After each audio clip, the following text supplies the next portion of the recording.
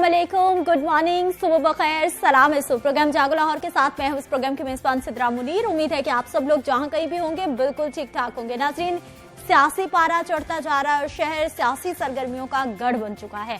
PDM के platform पर opposition जमातों ने इकट्ठ किया है और गवर्नमेंट के खिलाफ तहरीक चलाई जा रही है और इस सूरत हाल में नून लीग खासी मुतारिक हो गई है और उधर गवर्नमेंट की जानिब से भी कार्रवाइयां करने का सिलसिला जारी है। नून लीगी वर्कर्स और रहनुमाओं के खिलाफ मुकदमात भी काटे जा रहे हैं और पकड़ धकड़ का सिलसिला भी जारी है। ऑपोजिशन और हुकूमत दोनों ही हठधर्मी पर बरकरार हैं और अवाम परेशान होकर रह गए हैं महंगाई के हाथों। हर गुजरते दिन महंगाई की सूरत हाल में रिलीफ की बजाय तकलीफ देती जा रही है और महंगाई के मामलात अभी तक सरकार के हाथों से बिल्कुल बाहर दिखाई दे रहे हैं। नाज़रीन, सियासी सूरत हाल, महंगाई समेत दीगर अहम मौज़ूआत आज हमारे प्रोग्राम का हिस्सा होंगे। आगे बढ़ते हैं जी, कुछ शहर के तरक्याती मामलात की बात कर लेते हैं, तरक्याती कामों की बात कर लेते हैं और आपको बताते हैं जी, फिनिशिंग का काम मुकम्मल किए बगैर ही लाल शहबाज अंडरपास की साइड रोड्स को खोल दिया गया है। जगह जगह बिखरे हुए पत्थर और खुले मैनहोल्स गुजरने वाली ट्रैफिक के लिए खतरा बन गए हैं। हुकाम ने आइंदा 1.5 माह तक तमाम काम मुकम्मल होने की यकीन दहानी भी करवा दी है। सोहेल कैसर रिपोर्ट में डिटेल्स बता रहे हैं।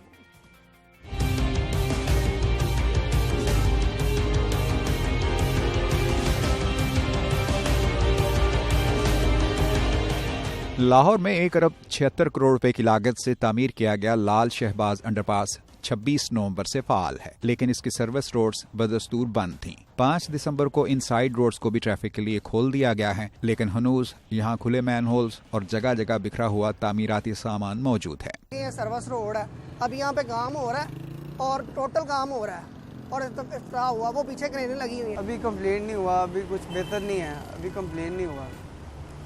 थोड़ा इंतजार करते तो मुकम्मल काम होता तो बेहतर था। अभी तक अंडरपास के सीवरेज की तकमील का काम भी जारी है। इस सूरत हाल के बाइस यहाँ किसी भी वक्त हादसा रोनुमा होने के खदशात भी पैदा हो चुके हैं। शहरियों की तरफ से जहाँ अंडरपास खुल जाने पर खुशी का इजहार सामने आ रहा है, वहाँ सूरत हाल के बाइस तशवीश का अंसर भी मौजूद है। इनको जितना जल्द अज जल्द जो भी है ये निपटा लिया जाए तो बेहतर है।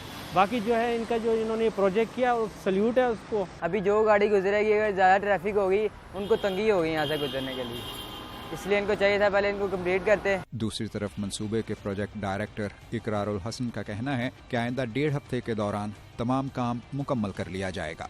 फिनिशिंग का काम खत्म किए बगैर अंडरपास की साइड रोड्स को ट्रैफिक के लिए खोल तो दिया गया है, लेकिन ऐसा करते हुए इस बात को मुकम्मल तौर पर नजरअंदाज कर दिया गया है कि ये सूरत हाल किसी संगीन हादसे का बाइस भी बन सकती है। कैमरामैन इकराम शाह के साथ सोहेल कैसर, लाहौर न्यूज़। हम आगे बढ़ते हैं और कुछ बात करते हैं। कोरोना के माहौल में लाहौरियों को तफरीह का बेहतरीन मौका मिल गया है, क्योंकि जिलानी पार्क में खुशबुओं और रंगों ने डेरे डाल लिए हैं। वज़ीर आला पंजाब ने दिलकश गुल दाऊदी की नुमाइश का बाकायदा तौर पर गुज़िश्ता रोज़ इफ्तिताह कर दिया है और गुल दाऊदी ने शहरियों को अपने साहर में जकड़ लिया है। रिपोर्ट में दिखाते हैं आपको।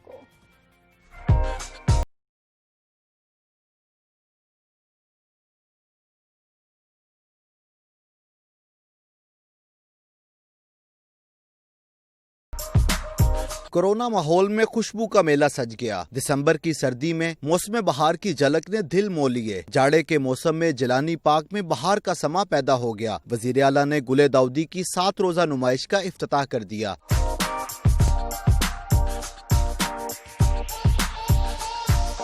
तकरीब से खिताब में सरदार उस्मान बुज़दार ने कहा कि SOPs के तहत गुल दाऊदी की नुमाइश की इजाजत दी है। गैर कानूनी इज्तिमात की किसी सूरत इजाजत नहीं दी जा सकती। क्या इस किस्म की एक्टिविटी कहीं हो रही है?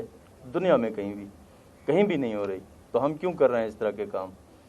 हमें एतराज़ करना चाहिए इस तरह के कामों से। इस तरह की जो एक्टिविटीज़ हैं उनको इजाज़त देना गैर कानूनी होगा, अनलॉफुल होगा। गैर कानूनी काम का हम किस तरह से इजाज़त दे सकते हैं? हम नहीं दे सकते उनकी इजाज़त। यहाँ पे एक लिमिटेड जो गैदरिंग होगी उसको इजाज़त होगी और विद SOP होगी, SOP के बगैर नहीं होगी।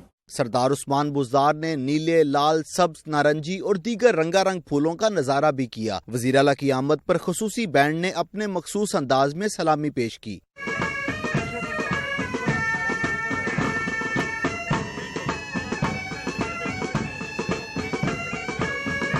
इफ्तिताई तकरीब में वजीर हाउसिंग मियां महमूदुर रशीद, PHA के चेयरमैन यासिर गिलानी, VC हाफिज ज़ीशान, DG जवाद कुरैशी और दीगर हुकाम भी शरीक रहे। वजीर आला सरदार उस्मान बुज़दार ने बेहतरीन इंतजामात पर PHA हुकाम को शाबाश दी। 7 दिसंबर से शुरू होने वाली नुमाइश 13 दिसंबर तक जारी रहेगी। फूल कुदरत का एक अनमोल तोहफा है, जिसकी वजह से माहौल में तरोताजगी बिखरती है। जिंदा दिलों के शहर लाहौर में एक बार फिर रंगों की बहार आ गई है। जिलानी पार्क में सजे सुर्ख, पीले और नारंगी रंग के गुले दाऊदी लोगों की तवज्जो का मरकज बन गए हैं। कैमरामैन फैसल रहमान के साथ शेख ज़ैनुल आबिदीन, लाहौर न्यूज़। नाज़रीन, रिपोर्ट आपने देखी कि किस तरह से बागों के शहर में बागों में दोबारा से बहार आ चुकी है। जिलानी पार्क में हर तरफ खूबसूरत गुले दाऊदी खिले आपको दिखाई देंगे। आप भी जरूर विजिट कीजिएगा। मैंने आपको कल भी कहा था कि इस हफ्ते के प्लान में ये प्लान बिल्कुल मिस ना कीजिएगा, वरना आप कहेंगे कि नुकसान हो गया है। लेकिन साथ साथ कोरोना SOPs को अपनाना बिल्कुल नहीं भूलना। नाज़रीन, कुछ बात करेंगे सियासत की हलचल की, क्योंकि आजकल रैलियों का सिलसिला भी जारी है और लाहौर सियासत का गढ़ बन चुका है। लेकिन वापस आएंगे शॉर्ट ब्रेक के बाद, फिर बात।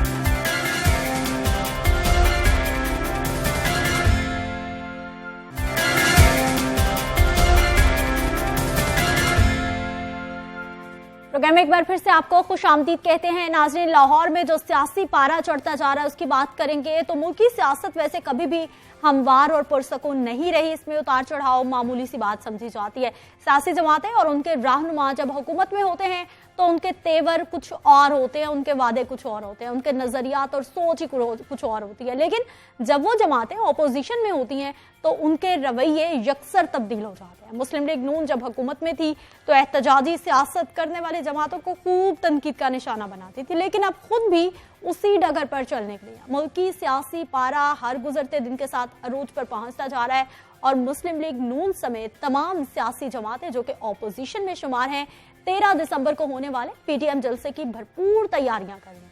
मरियम नवाज का मिशन लाहौर जारी है और शहरियों को जलसे में शमूलियत के लिए मुतहरिक करने के लिए तमाम मुमकिन कोशिशें भी की जा रही हैं उनकी जानिब से। गुज़िश्ता रोज भी मुस्लिम लीग नून के कारकुनों ने जाती उम्रा से शादरा तक एक रैली भी निकाली थी। कारकुन रहनुमाओं पर फूलों की पत्तियां निछावर करते रहे और मरियम नवाज खुद भी नारे लगवाकर कारकुनों का जोशो खरोश बढ़ाती रही हैं। मरियम नवाज का शहर के 5 मुख्तलिफ मकामात पर धुआंधार खिताब भी सामने आया है। बात करेंगे, हमारे साथ मौजूद है नुमाइंदा लाहौर न्यूज़ यासिन मलिक। यासिन साहब, प्रोग्राम में आपको खुश आमदीद कहते हैं। मरियम साहिबा खासी मुतहरिक हैं, ये सियासी मामलात का खासा उतार चढ़ाव देख रहे हैं हम। देखिए सिद्रा, मैं ये समझता हूँ कि अब यूँ लगा लें कि ये दिन शामिल करके पीछे 6 रोज़ बाकी रहेगा। ये जो आर पार की बात की उन्होंने, सबसे ज़्यादा लोग उस पर फोकस कर रहे हैं। पहले इन्होंने 8 तारीख को कहा था कि आर पार हो जाएगा, वो तो हुआ नहीं। फिर अब उन्होंने कह दिया कि 13 को होगा आर पार। मुझे तो उस वक्त कोई आर पार होता दिखाई नहीं दे रहा। अगर ये आर पार इस तरह होना होता तो मैं समझता हूँ कि जिस तरह पिछले दौरे हुकूमत में PTI ने जो 126 रोज का धरना दिया, बहुत उस लेवल का शायद कोई कर नहीं सकता पाकिस्तान। तारीख रकम कर दी थी उन्होंने। तो उस वक्त तो ना आर पार हुआ, उस वक्त तो कुछ ना हुआ। अब ये 11 जमातें मिलके जो करने जा रही हैं तो क्या उससे बड़ा कर लेंगी? नहीं। अगर कुछ उतना कर भी लें तो फिर भी आर पार कुछ नहीं होगा। मेरा जाती ख्याल है कि ऐसे ही चलता रहेगा और ये सिलसिला बयानात की सियासत चल रही है। क्या बयानात की सियासत, बयानात तक महदूद हैं ये। और ये मैं समझता हूँ कि ये लोगों को एक परेशानी ज़रूर है। आम आवाम जो है जिसका इससे कोई लेन देन नहीं है वो तो पिस के रहेगी। वाकई आपने कही कहा कि वो इतनी पिसी हुई है कि इस वक्त वो ना सिर्फ हुकूमत बल्कि अपोजिशन को भी बहुत बुरा इसलिए बुरा भला कह रही है। गवर्नमेंट के लिए भी तो इस वक्त खतरे की घंटी है कि PTI की पॉपुलैरिटी इन 2 साल 2.25 सालों में बहुत नीचे यकीनी तौर पर ग्राफ उनका बहुत कम हुआ और उसकी बड़ी वजह एक तो महंगाई है, सबसे बड़ी वजह। और वो ही कैश कर रही है अपोजिशन। लेकिन फिर भी कि उन्हें एक मैंडेट मिला हुआ है। जो बाशऊर लोग हैं वो कहते हैं कि इन्हें जितने साल का मैंडेट मिला वो टेन्योर पूरा करने दे। अगर उस वक्त अगर उन्होंने कुछ ना किया तो फिर कौम यकीनी तौर पर मुस्तरद कर देंगे, बजरिया वोट मुस्तरद कर देंगे। आप यासिन साहब बात करते हैं मजीद भी। अभी हमें ज्वाइन किया जी उस्मान सईद बसरा साहब हमारे साथ मौजूद है, सेक्रेटरी इत्तलात तहरीक इंसाफ सेंट्रल पंजाब से आपका ताल्लुक है। उस्मान साहब, प्रोग्राम में आपको खुश आमदीद कहते हैं। सब बताइएगा, ये ऑपोजिशन जलसे जुलूस कर रही है, गवर्नमेंट प्रेशर ले रही है इसका, या फिर कोई फर्क नहीं पड़ता, जो चल रहा है होने दे? बिस्मिल्लाहिर्रहमानिर्रहीम। देखिए, इसमें तो बिल्कुल कोई दूसरी राय नहीं है कि एक किसी किस्म का एहतजाज करना या कोई एहतजाजी तहरीक चलाना किसी भी अपोजिशन का बुनियादी हक है और जमहूरियत के अंदर इस पे कोई कदगर नहीं है। लेकिन आज की जो अपोजिशन है उसको ये बताना पड़ेगा कि आखिर वो तहरीक किस चीज़ की चला रहे हैं ना। ये जो वो कोशिश कर रहे हैं जल्द से जुलूस करने की, एक तो कोविड-19 के अंदर जब लाहौर के अंदर फील्ड हॉस्पिटल तक को दोबारा से हमें बनाना पड़ा, फाल करना पड़ा, जो कि अल्हम्दुलिल्लाह पिछले चंद महीनों में बंद कर दिया था, लेकिन सर्च की वजह से हमें दोबारा खोलना पड़ा। आज जब पाकिस्तान जो है और दुनिया भर में कोरोना केसेस दोबारा से बढ़ रहे हैं, पाकिस्तान इसका दोबारा से शिद्दत से शिकार है। आज इस माहौल के अंदर आखिर कौन सी उस्ताद आन पड़ी है कि ये लोग सिर्फ एनआरओ के लिए, सिर्फ अपनी चोरी बचाने के लिए, एक प्रेशर क्रिएट करने के लिए हुकूमत के ऊपर, और किस कदर मुनाफकत है कि सिंध के लोग, सिंध की हुकूमत जो है यानी पीपल्स पार्टी, वो भी इस एहतजाज में शामिल है और कह रही है कि हम इलेक्शन को नहीं मानते। जिस इलेक्शन के जरिए से, जिस इलेक्शन के नतीजे में वो खुद हुकूमत में है और जिस इलेक्शन के नतीजे में शहबाज शरीफ और उनके जो साथी हैं वो अपोजिशन लीडर हैं, वो कह रहे हैं कि हम अपोजिशन लीडर हैं, हमें प्रोडक्शन ऑर्डर भी दीजिए, हमें जो पर्क्स एंड प्रिविलेजेस वो भी दीजिए, हमें गाड़ियां भी दें सरकारी, और हम वो प्रोटोकॉल भी लेंगे, हम सारी कमेटियों की सरबराही भी करेंगे, लेकिन कह रहे हैं इलेक्शन जो है उसको हम नहीं मानते। बसरा साहब, हमें सर ये बताइएगा कि अब महंगाई से आवाम सबसे ज्यादा परेशान है, आपको नहीं लगता कि इस वक्त सबसे बड़ी दुश्मन गवर्नमेंट की महंगाई बन चुकी है? और पीटीआई की जो एक पॉपुलैरिटी थी शुरू में, जिस तरह से लोग आप लोगों को लेके आए थे, अब वो पॉपुलैरिटी कम होती जा रही है दिन ब दिन गुजरते। देखिए, मेरे ख्याल में अब ये जो नैरेटिव है कि इस महंगाई वाला, ये तो अब अल्हम्दुलिल्लाह इसको बड़ी हद तक कंट्रोल कर लिया गया है और जो इशारे हैं वो आपके सामने हैं। मैं ही आपके टेलीविजन के ऊपर आके जब भी आपने मुझसे पूछा ये था मसला तो मैंने एडमिट किया, लेकिन आज पाकिस्तान के हालात जो हैं वो एक महीने के हालात से मुख्तलिफ हैं। एक महीना पहले कुछ हालात थे, आज देखिए लार्ज स्केल मैन्युफैक्चरिंग में 30 साल बाद पाकिस्तान की एक्सपोर्ट्स जो हैं वो हाई को टच कर रही हैं। आपकी फैसलाबाद के अंदर इंडस्ट्री जो 40 रुपए किलो के हिसाब से बिक गई थी लोहे के हिसाब से, आपकी पावर लूम्स, वो सारी की सारी जो है वो दोबारा फुल कैपेसिटी में काम कर रही हैं।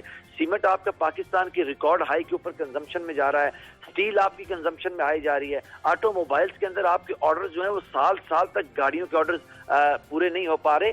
लार्ज स्केल मैन्युफैक्चरिंग के अंदर आपने करंट अकाउंट डेफिसिट को अल्हम्दुलिल्लाह खत्म कर दिया है, वो मनफी से मस्बत में आ गया है। आपकी स्टॉक मार्केट सिर्फ कल के अंदर 751 पॉइंट का उसके अंदर इजाफा हुआ है और अब वो 40,000 के साइकोलॉजिकल बैरियर को अबूर कर गई है। चीजें अब बेहतरी की तरफ हैं। अब तो ये मैं आपको बताऊं कि आप देखेंगे इंशाल्लाह बहुत जल्द ही पाकिस्तान के अंदर आजाद और इंडिपेंडेंट जो सहाफी हैं वो कहेंगे इंशाल्लाह ताला कि अब तो अपोजिशन का मसला ये है पीडीएम का कि हालात ऐसे पैदा करें कि मुल्क में लॉकडाउन हो ताकि इकोनॉमी को मसला बने। अब तो इकोनॉमी आपकी, मैं नहीं कह रहा हूँ, दुनिया आपकी इकोनॉमिक सर्विस उठा के देख लें, सिर्फ चाइना और पाकिस्तान की स्पेकुलेटेड इकोनॉमी आने वाले 6 महीनों में मस्बत में है, पूरी दुनिया की नेगेटिव में जा रही है। हत्ता कि हिंदुस्तान की इकोनॉमी 10 से 15% माइनस में चली गई हुई है। आज पाकिस्तान, ठीक है, बहुत शुक्रिया उस्मान सईद बसरा साहब, आप हमारे साथ मौजूद रहे और आपने अपना मौक़िफ़ पेश किया। यासिन साहब, ये ठीक है कि जो इंडस्ट्री में सनती यूनिट्स को कुछ रिलीफ मिला है, कुछ हमारे इंफ्रास्ट्रक्चर को बेहतर करने के लिए काम हो रहा है, लेकिन एक महंगाई जो आवाम के लिए बहुत परेशान कुन बनी है, बड़ी बुनियादी ज़रूरियात ज़िंदगी, आवाम को सबसे ज़्यादा उससे गर्ज है कि उनकी कीमतें कम होनी चाहिए। देखिए, इससे आम आदमी, यानी शायद आपको और मुझे अंदाज़ा नहीं है कि गरीब आदमी किस तरह भूखा मर रहा है। यकीन करो कि वो खासतौर पर जो सफ़ेद पोश आदमी है ना, वो क्या करे, ना वो भीख मांग सकता है, ना वो किसी के आगे झोली फैला सकता है। उसका इतना यानी इतनी मुश्किल से गुजारा करे, अंदर मरता जा रहा है अपनी जिंदगी की, यानी पूरी जब से वो यानी वो दुनिया में आया, आप पहली दफ़ा इतनी ज़्यादा तंगी में देखा गया। उसकी बेशक पीटीआई एक बदकिस्मती है कि वो कोरोना आ गया, डॉलर महंगा हो गया, कुछ पिछली हुकूमत ने कुछ नहीं छोड़ा, जो इनके बयानात है। अच्छा यासिन साहब, मुझे ये बताइए कि अब जलसे की इजाज़त तो नहीं मिली, इंतजामिया ने तो मना कर रखा है कि इजाज़त नहीं मिलने वाली, क्या करेंगे फिर ये लोग? पूरे शहर को जलसागाह बना देंगे? नहीं, इजाज़त उन्होंने कह दिया कि हम तहरीरी इजाज़त नहीं देंगे, लेकिन उन्हें फ्री एंड किस्म का दे दिया हुआ उन्होंने। अब ये लहदा के जो सर्विसेज देंगे उनके खिलाफ पर्चा दर्ज होगा। उनको तो एक वक्ती तौर पर दिक्कत होगी कि कुर्सियाँ, टेंट, ये वो लेने में हो सकता है कोई परेशानी हो, म्यूजिक सिस्टम लेने में कोई परेशानी हो, लेकिन ले लेंगे। ये मुमकिन नहीं है कि वो ना ले। बहुत शुक्रिया यासिन मलिक साहब, आप हमारे साथ मौजूद रहे और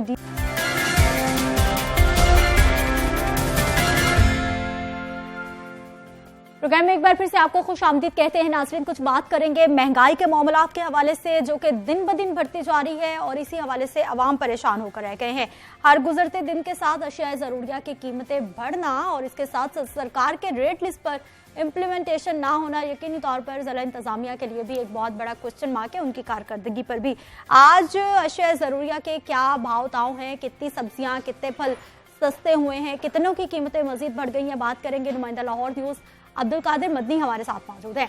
अब्दुल कादिर, बताइए कौन सी मार्केट में मौजूद हैं, क्या सूरत हाल है आज की? जी बिल्कुल, आज की अगर नरखनामों की बात की जाए, जो सुबह सवेरे नरखनामे जारी होते हैं उसमें फल, सब्जियां और पोल्ट्री मसनूआत के नरखनामे जारी होते हैं। और आज जो सब्जियां हैं उसकी कीमतें बाजार जो है वो मुस्तहकम दिखाई दे रही हैं। सिर्फ 3 सब्जियों की कीमतों में 5 रुपए फी किलो तक का इजाफा हुआ है, जिसमें सब्ज मिर्च की कीमत में जो है 5 रुपए इजाफा करके 187 रुपए फी किलो मुकर्रर की गई है। लेकिन ओपन मार्केट में सब्ज मिर्च जो है वो 230 रुपए फी किलो तक फरोख्त की जा रही है, जबकि करेले जो हैं वो मजीद 5 रुपए फी किलो बढ़ा दिए गए। गुज़िश्ता रोज़ भी करेलों की कीमत में इजाफा किया गया था, आज 88 रुपए फी किलो कीमत मुकर्रर की गई है। लेकिन ओपन मार्केट में करेले जो हैं वो 120 से 150 रुपए फी किलो तक फरोख्त किए जा रहे हैं। भिंडी की कीमत में भी 5 रुपए का इजाफा हुआ है और 145 रुपए फी किलो से कीमत बढ़ाकर 150 रुपए फी किलो मुकर्रर की गई है। कीमत में इजाफे के बावजूद शहरी जो हैं वो 150 के बरक्स भिंडी जो है वो 180 रुपए फी किलो तक जो है वो खरीदने पर मजबूर है। पोल्ट्री मसनूआत की बात की जाए तो ब्रायलर की कीमतों में कमी का रुझान जो है वो देखने को मिल रहा है। गुज़िश्ता रोज भी ब्रायलर की कीमतें कम हुई थी, आज भी ब्रायलर जो है सस्ता हुआ है, लेकिन इसके बावजूद ब्रायलर 300 रुपए फी किलो की सतह से नीचे नहीं आ सका है, क्योंकि आम शहरी जिनसे हमारी बात होती है उनका ये कहना है कि ब्रायलर की जो कुव्वत खरीद है वो 200 से 250 रुपए फी किलो तक है। लेकिन बदस्तूर अभी तक जो है वो ब्रायलर 302 रुपए फी किलो जो है मुकर्रर किया गया है। 7 रुपए आज कमी की गई है। लेकिन अंडे जो हैं ब्रायलर के बरक्स दिन ब दिन महंगे होते जा रहे हैं और गुज़िश्ता 7 दिनों में जो फार्मी अंडे हैं उनकी कीमत में रोजाना की बुनियाद पर 1 रुपए फी दर्जन का इजाफा हुआ और बुलंद तरीन सतह। हमें ये बताइए कि हर रोज ही तकरीबन जिला इंतजामिया की जानिब से मुख्तलिफ तरह की रिपोर्ट्स भेजी जाती हैं, जिसमें बताया जाता है कि गराम फरोशी करने पे, ओवर चार्जिंग करने पर इतने दुकानदारों के मुकदमात हो गए हैं, फाइन किए गए हैं। इन तमाम सूरत हाल के बाद क्या मार्केट में कुछ मुस्बत असरात नजर आ रहे हैं?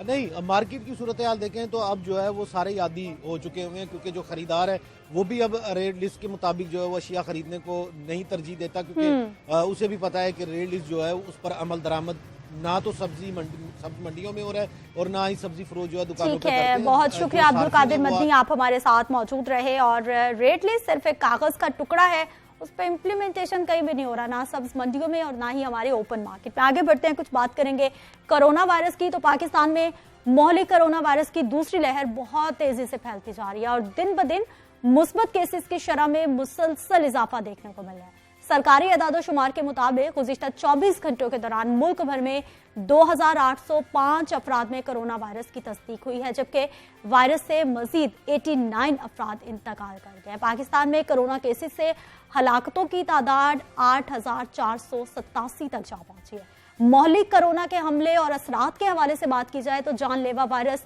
इंसानी फेफड़ों पर शदीद असरात मुरतब करता है, जिसके बाद मरीज को सांस लेने में दुश्वारी का सामना हो सकता है। और महकमा सेहत के हुकाम ऑक्सीजन की तलब को सांस की भूख यानी कि एयर हंगर के नाम से जानते हैं और उनका कहना है कि कोरोना वायरस के शदीद हमले के दौरान मरीज को ऑक्सीजन या मसनूई सांस की अशद जरूरत पड़ सकती है और अगर मरीज के ये तलब बर वक्त पूरी ना की जाए तो उसकी मौत भी वाक़ई हो सकती है। हफ्ते के रोज सुबह खैबर पख्तूनख्वा के दारुल हुकूमत पेशावर में देखा कि ऐसा ही एक इंतहाई अफसोसनाक वाक़या सामने आया कि खैबर टीचिंग अस्पताल में बर वक्त ऑक्सीजन की फराहमी ना होने पर कोरोना वायरस के 5 मरीजों समेत 6 अफराद मौत के मुंह में चले गए, जिसमें से 5 मरीज कोरोना वार्ड के अंदर थे जबकि एक मेडिकल ICU में था।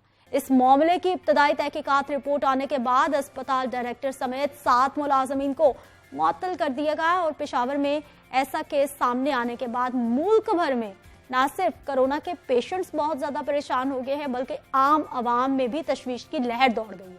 मरीजों और लवाहिकीन में खौफ पैदा हो गया है कि खुदा न खास्ता ये तारीख कहीं दोबारा ना दोहराई जाए। गुज़िश्ता माह जब हमने अपने शो में ऑक्सीजन की सप्लाई में कमी का मामला उठाया था तो CEO म्यू अस्पताल प्रोफेसर डॉक्टर असद असलम साहब की जानिब से ये कहा गया था कि लाहौर के तमाम अस्पतालों में ऑक्सीजन की वाफिर सप्लाई मौजूद है और डिमांड एंड सप्लाई को बाकायदा मॉनिटर किया जा रहा है, किसी तरह का कोई मसला नहीं। जबकि दूसरी जानिब बढ़ती हुई सप्लाई के पेश नजर ऑक्सीजन माफिया सरगर्म हो चुका है। ओपन मार्केट की बात करें तो पंजाब भर में ऑक्सीजन सिलेंडर 3 गुना कीमत पर फरोख्त होने लगे हैं। ऑक्सीजन सिलेंडर के आगे लगने वाला रेगुलेटर जिसके जरिए मरीज को ऑक्सीजन दी जाती है, आम दिनों में उसकी कीमत 1500 रुपए होती है, लेकिन अब वो 2000 में मिल रहा है। ताहम अब उसकी कीमत बहुत ज़्यादा बढ़ा दी गई है और बहुत मुश्किल से वो दस्तयाब है। इस तमाम सूरत हाल पे बात करनी है जी, ऑक्सीजन की पेशेंट को किस लेवल पर ज़रूरत होती है, और ख़ास तौर पर उन लोगों की जो कि ऑक्सीजन सिलेंडर्स घरों पर इस्तेमाल कर रहे हैं, वो कितना खतरनाक हो सकता है, कितना सूटेबल हो सकता है हमारे लिए। हमारे साथ मौजूद हैं जी प्रोफेसर डॉक्टर जावेद हयात साहब हैं, पल्मोनोलॉजिस्ट हैं, मेंबर भी हैं आप कोरोना एडवाइजरी ग्रुप के। इस प्रोग्राम में आपको खुश आमदीद कहते हैं।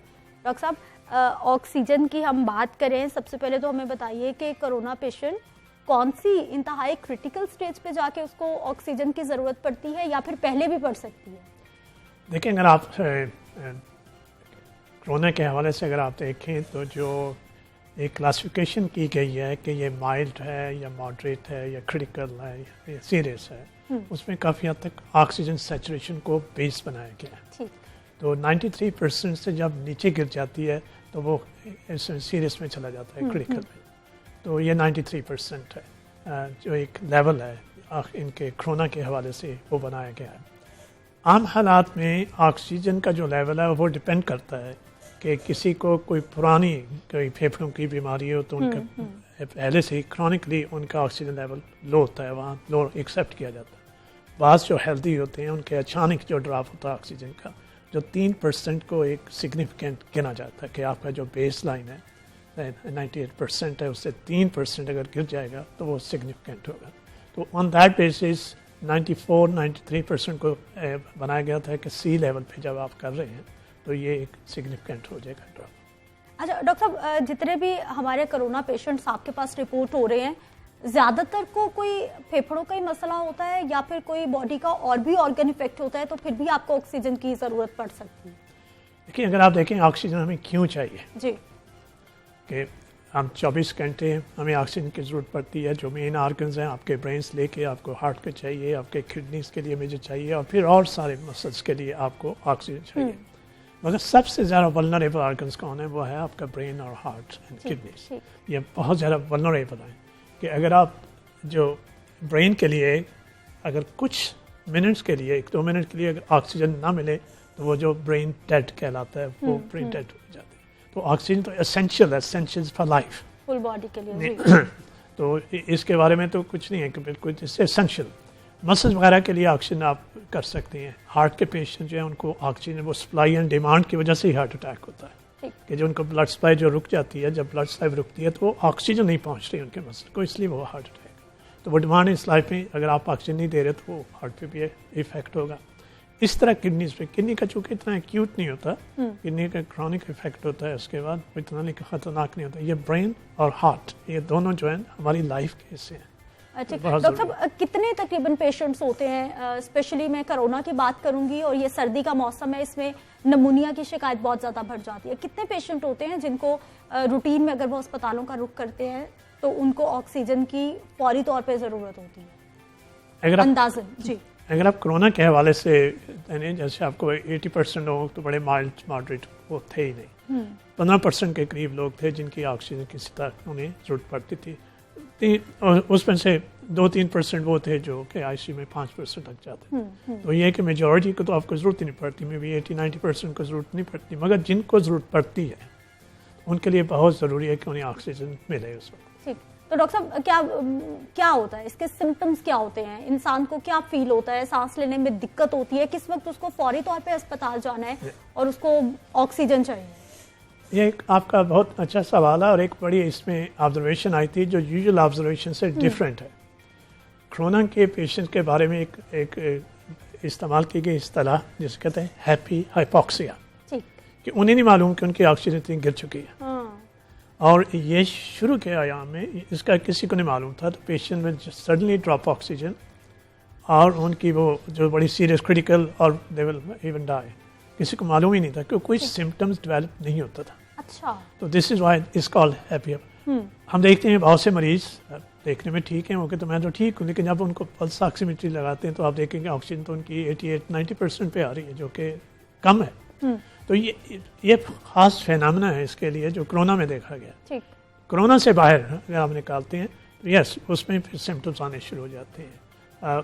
अगर आप एक्यूटली, जैसे कोई लोग हाई एल्टीट्यूड पे जाते हैं, अचानक आपने क्लाइंब की, फ़ौरन आपकी ऑक्सीजन के लिए हेल्दी की बात कर रहे हैं, तो ब्रेन में कि उनकी जो कंसंट्रेशन उनकी थोड़ी सी, उन्हें हेडेक वगैरह शुरू हो जाएगी, फिर उनके और अगर ऑक्सीजन ड्रॉप होगी तो ड्रोजिनेस, फिर कोमा तक ये जो क्लाइंबर्स जाते हैं, जो आपको जिनकी डेथ हुई वो बेसिकली हाइपोक्सिया हो चुका होता है उन्हें, कि उनके वो कोमा में चले जाते हैं। इसी तरह आम हालात में आपको बॉडी को ऑक्सीजन चाहिए, उससे ऑक्सीजन मिल नहीं रही, तो क्या एक नेचुरल मैकेनिज्म है कि आपकी सांस फूलनी शुरू हो जाएगी, आप तेज़ी से सांस लेना शुरू हो जाएंगे। तो इसी तरह हर सिस्टम, हर ऑर्गन के सिम्टम जो डेवलप होने शुरू। अच्छा डॉक्टर साहब, आप कोरोना एडवाइजरी ग्रुप के मेंबर भी हैं, अभी सूरत हाल क्या चल रही है, हम लोग कितने खतरे में ज़िंदगी बसर कर रहे हैं, और ये हमारे अपने रवैयों की वजह से है। आने वाले कितने दिन, कितने महीने इंतहाई क्रिटिकल बताए जा रहे हैं आपके ग्रुप की जानिब से? आपने फिगर्स बताएंगे कि अब पाकिस्तान में केसेस काफ़ी दिनों से 3000 के ऊपर नीचे चल रहे हैं, और पंजाब में 500 से कंसिस्टेंटली ऊपर जा रहे हैं।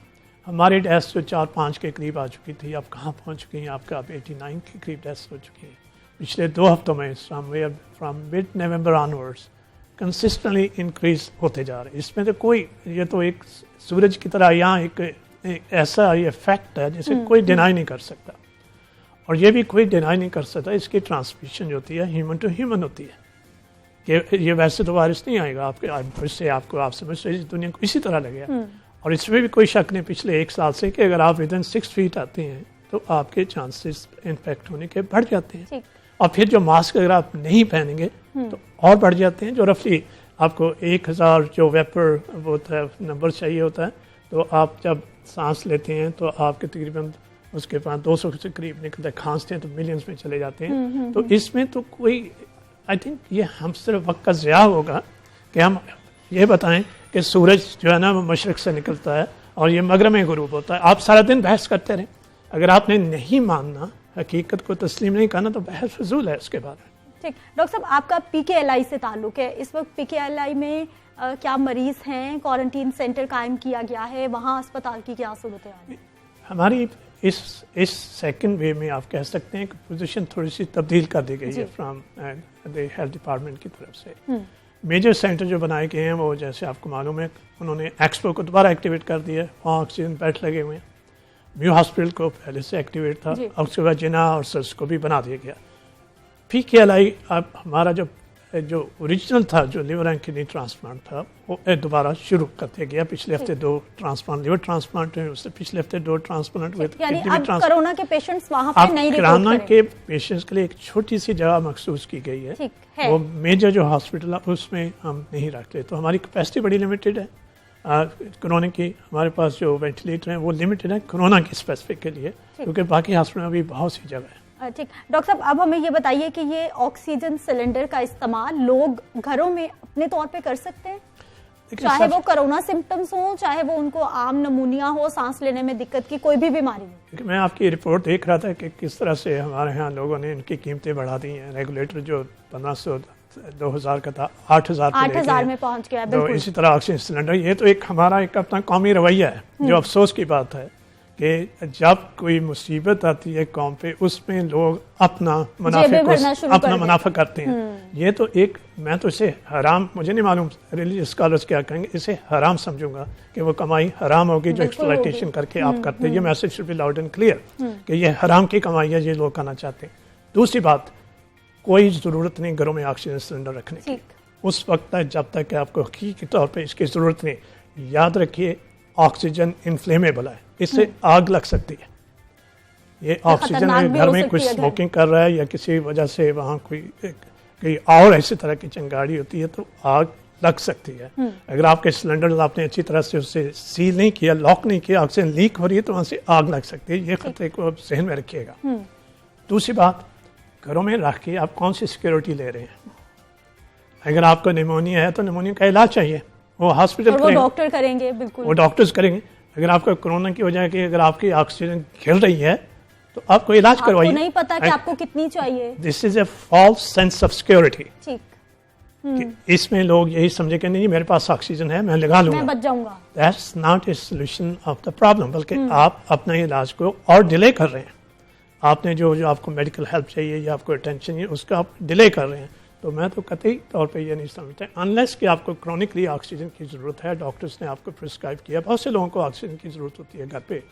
उसके अलावा इसलिए आपने घर पे स्टॉक कर लिया है, क्योंकि मार्केट में आपने ब्लैक मार्केट से ख़रीद के स्टॉक कर लिया, वहाँ कमी की है। अगर ज़रूरत पड़े ना अपनी आप हेल्प कर रहे हैं ना आप दूसरों की मदद कर रहे हैं। बिल्कुल, बहुत शुक्रिया डॉक्टर साहब प्रोग्राम में शामिल होने के लिए। डॉक्टर साहब ने क्लियर कर दिया है, हमारे बहुत सारे हैं लोग ऐसे जो कि ऑक्सीजन सिलेंडर्स घरों में इस्तेमाल कर रहे हैं और अपने तौर पे कर रहे हैं, सिर्फ वो सोशल मीडिया से पढ़ के। ये खतरनाक हो सकता है, ये डॉक्टर साहब ने बता दिया। वापस आते हैं जी शॉर्ट ब्रेक के बाद।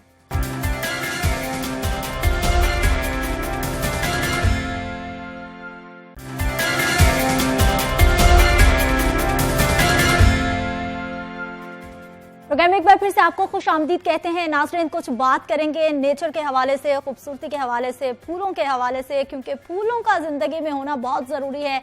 अपने जज्बात के इजहार के लिए भी आप खुश हैं तो भी आप फूलों का इस्तेमाल करते हैं, कभी कोई तकलीफ़ कम हो जाए फिर भी आप फूल का इस्तेमाल ज़रूर करते हैं। तो ये अल्लाह ताला का ऐसा एक अनमोल तोहफ़ा है कि आप बेहतरीन अंदाज में अपने मिजाज को खुशगवार बना सकते हैं। आप ख़वातीन की ड्रेसेस की बात कर लें, इवन के मर्दों की ड्रेसेस की बात कर लें, उस पर भी आपको फूल ज़रूर नज़र आएंगे। आप पार्क में चले जाएं, फूल नज़र आएंगे, बड़ा खूबसूरत एहसास होने लगेगा। आप अपने घर में होते हैं, दीवारों पे कोई पेंटिंग्स लगी हुई हों या फिर आपने कोई फूल पौधे लगा रखे हों, तो यकीन जानिए आपको मूड ख़राब भी होना तो आप इन खूबसूरत फूलों को देखकर आपका मिजाज बड़ा अच्छा हो जाता है। तो फिर पंजाब हुकूमत की जानिब से भी कुदरत की इस हसीन तख्लीक से लुत्फानंदोज होने और कोरोना माहौल में लाहौरियों के लिए तफरीह का बंदोबस्त कर दिया गया है। बागों के शहर लाहौर में गुले दाऊदी का सहर छा गया है। हर सू रंग बिरंगे फूलों की लहर है और जिलानी पार्क में मौसम सरमा में बहार का गुमा होने लगा है।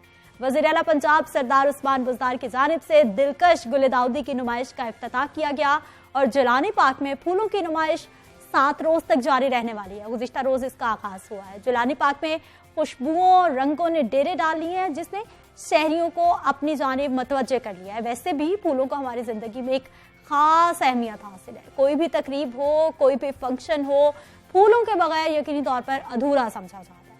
फूलों की सजावट एक बाकायदा प्रोफेशन बन चुका है। फ्लोरल आर्ट एक इंडस्ट्री बनती जा रही है।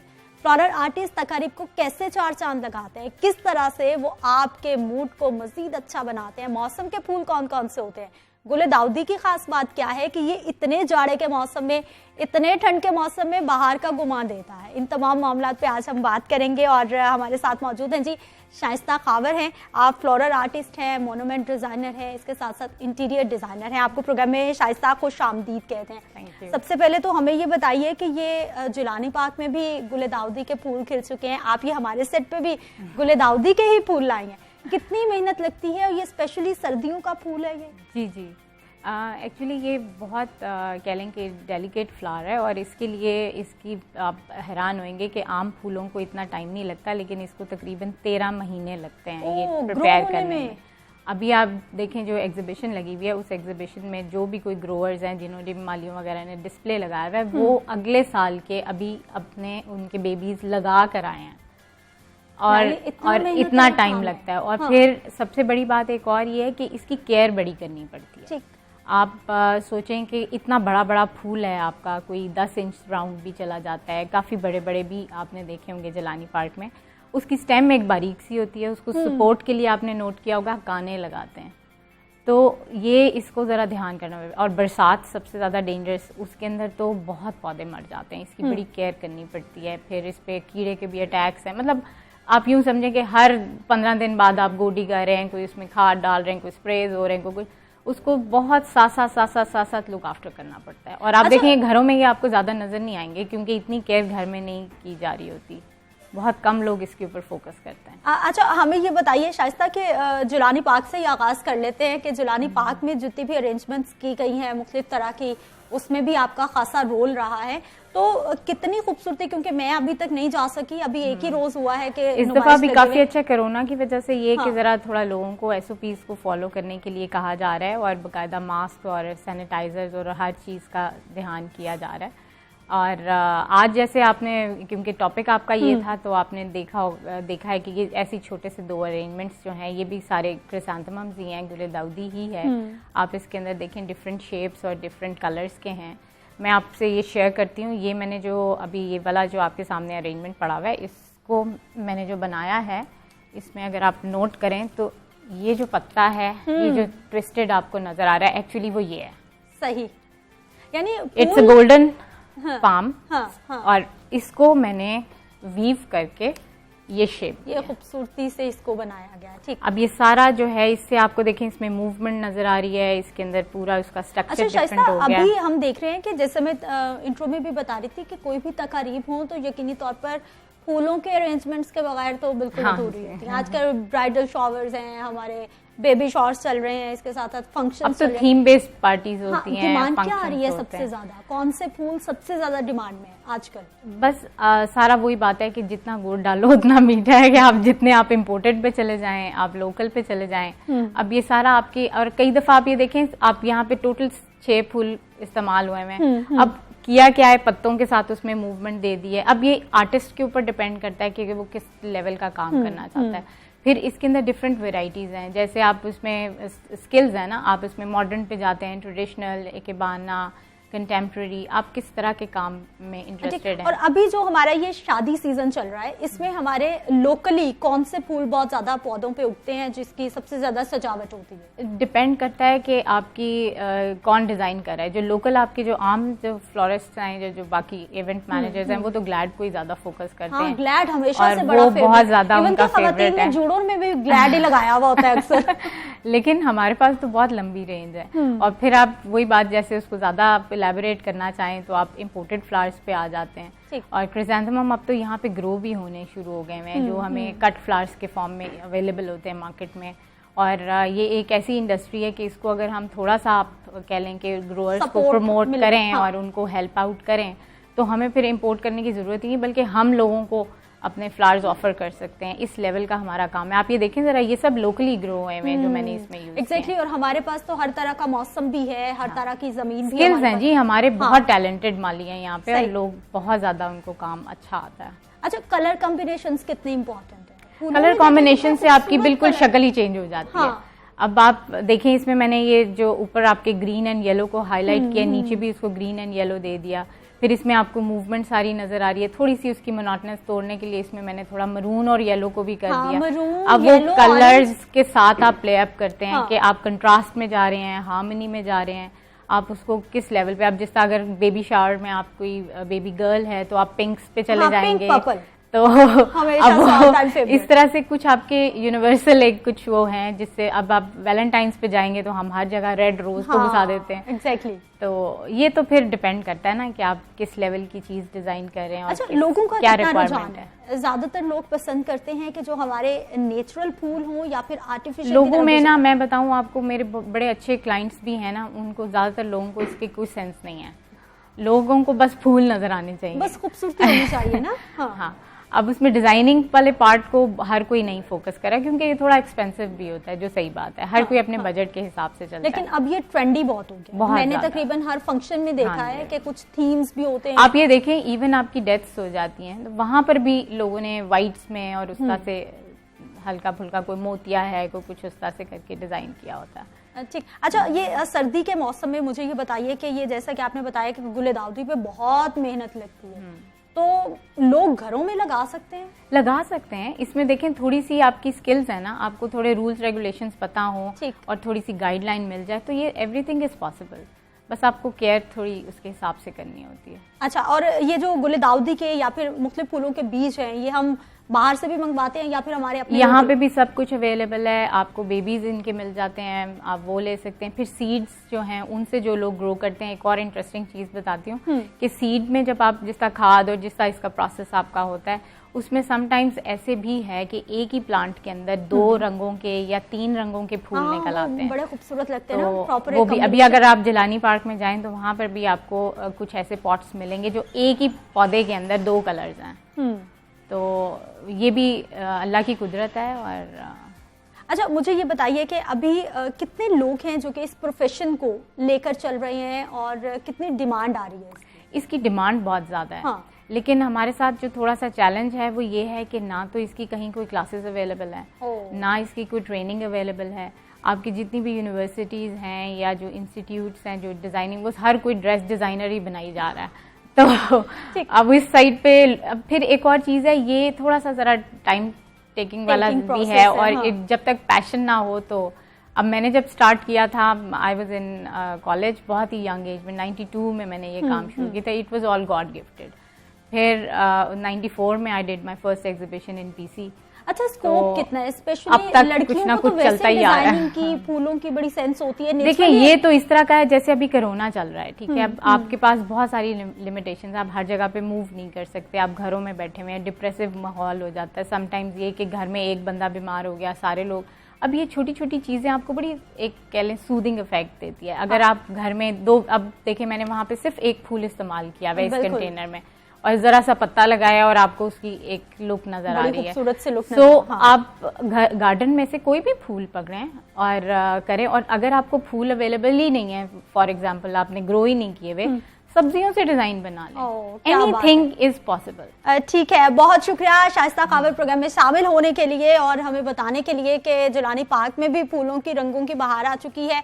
और मैं आपको बार बार कह रही हूँ कि थोड़ा सा टाइम निकाल के जरूर जाइएगा, आपका दिल खुश हो जाएगा। नाज़रीन, अब कुछ बात करते हैं उस शायर की जिन्होंने कहा कि ढूंढेंगे लोग मुझको हर महफिल सुखन में, हर दौर की गजल में मेरा निशान मिलेगा। ये कहना था उर्दू जबान के मायनाज शायर नासिर काज़मी साहब का। लेकिन उनके ओझल होने के कई साल बाद भी वो अपने मद्दाहों के दिलों में आज भी राज कर रहे हैं, आज भी जिंदा है। आज मायनाज शायर नासिर काज़मी की सालगिरह मनाई जा रही है और साहिब तर्ज शायर नासिर काज़मी का शुमार उर्दू के सफ़े अव्वल के शोरा में होता है। उन्होंने 8 दिसंबर 1925 में अम्बाला भारत में आंख खोली और पहला शोरी मजमुआ बर्ग 1954 में उनका शाया हुआ था, जिससे उन्हें उर्दू गजल के सफ़े अव्वल के शोरा कराम में ला खड़ा किया। नासिर काज़मी गजल को जिंदगी बनाकर उसी के धुन में दिन रात मस्त रहे और उन्होंने जिंदगी की तजदीद की और अपनी जीती जागती शायरी से गजल का वकार बहाल किया, जिनमें